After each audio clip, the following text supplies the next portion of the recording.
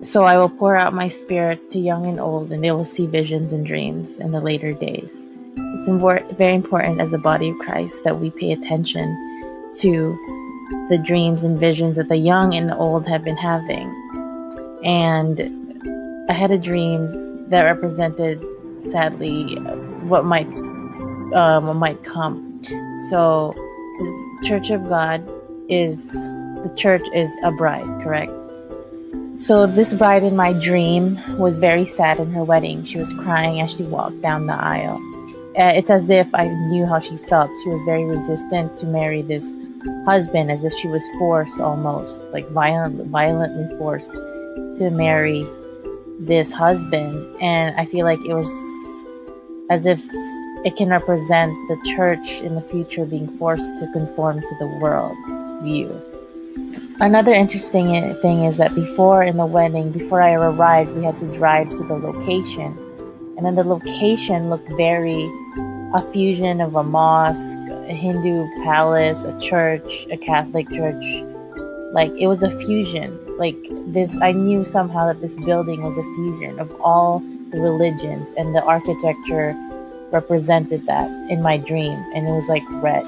So the teacher or the minister, preacher, whatever, he started to minister, and he started to minister from teachings from all religions in this one wedding, and it made the bride even sadder. And he was just mixing everything, and especially biblical passages. He would misuse it and misrepresent Christianity, but it was almost an abomination.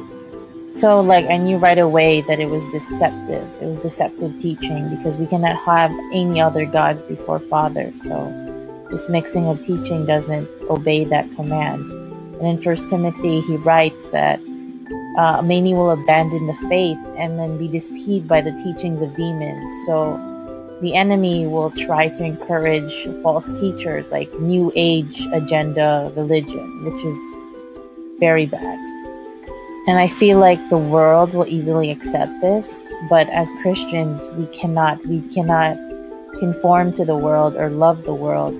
Even if the world will say it's okay to mix religions, there's more than one way to the Father, and people will be very deceived out of fear and deception. So Jesus, as his followers, we can never walk in the darkness.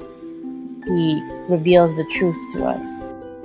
And it's very important, because there will be a great deception, a deception that will come from the sky, and it will make it look like all religions, all people who follow certain religions will hear and speak, they will claim that they have messages from them, but this is very artificial and man-made and can be constructed easily with technology. People need to be aware.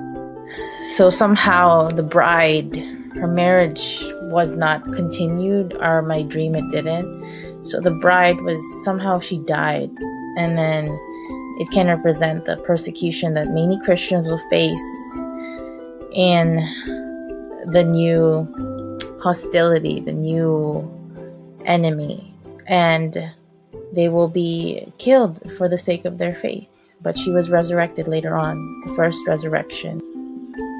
So Jesus promises that the martyrs who died for his name, if we stand and endure for his name, that we will inherit the crown of life. So I'm just here to pray that brothers and sisters all around the world, that our faith will be strengthened, and that those who find their life will lose it, and those who will lose their life for my sake, for Jesus' sake, will find it. So the bride at first will have a very sad period. It can represent the church will suffer great persecution and great losses. But God promises that he will reward us for our perseverance and our faithfulness. And in the end, we will have the new Jerusalem, the new heaven, and the new earth, where there will be no more pain, no more sorrow, only happiness.